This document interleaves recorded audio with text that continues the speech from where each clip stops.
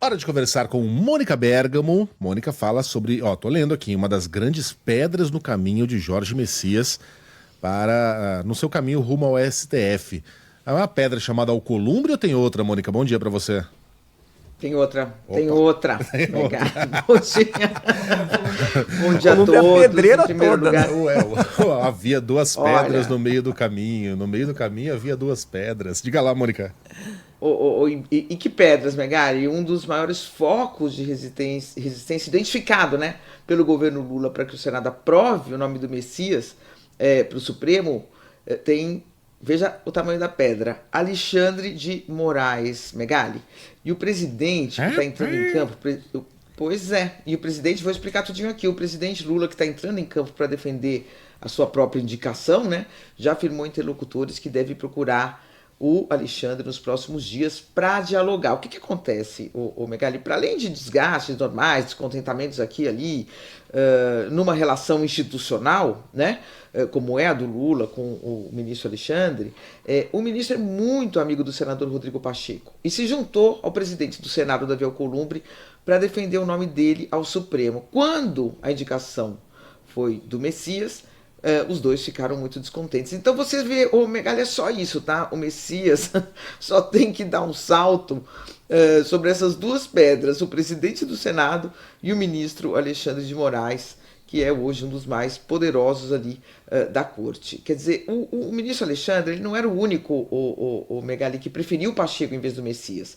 Só que os outros que preferiam, que tentaram convencer o Lula a fazer essa escolha, depois que não conseguiram, aceitaram a indicação, ou seja, não fizeram carga contra ela, né? E o ministro Alexandre, na visão do governo, na visão de senadores com quem eu conversei e na visão de ministros do próprio Supremo Tribunal Federal, inclusive, segue firme aí, ou seguiria até ontem, firme na resistência ao Messias.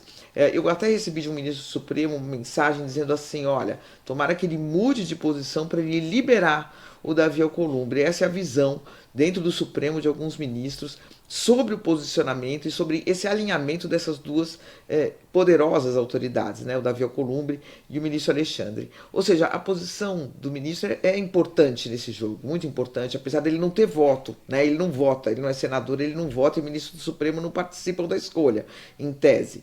Mas a posição dele de apoio ao Davi é considerada essencial. E fica, então, criada uma situação curiosa, né, Megali?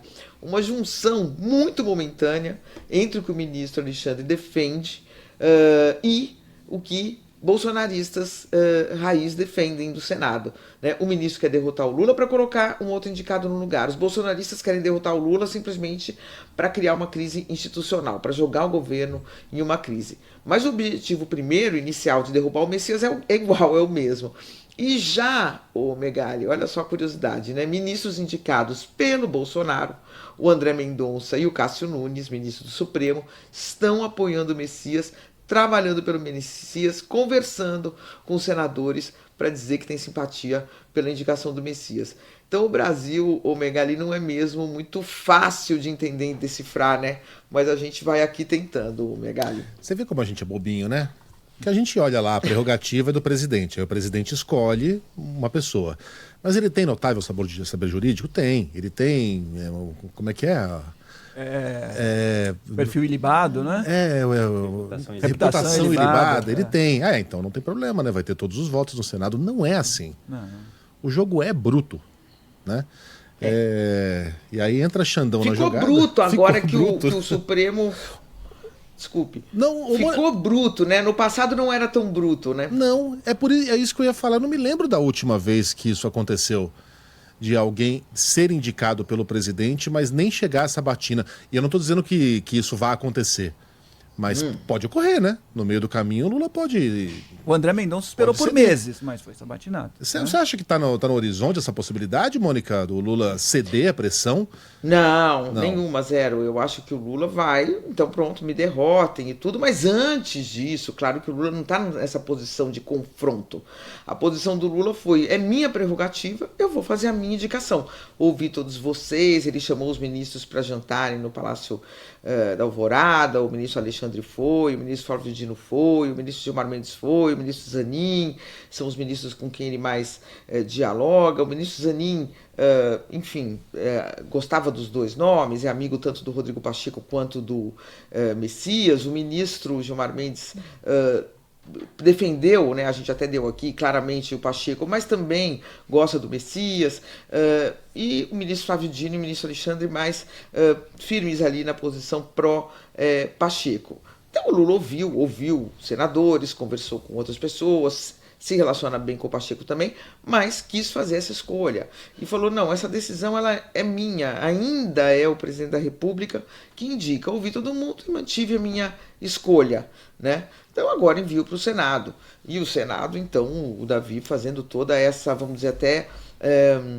não é só que ele é contra, né? Ele está marcando a sabatina em pouco tempo para o Messias não ter condição de articular, de conversar com os senadores.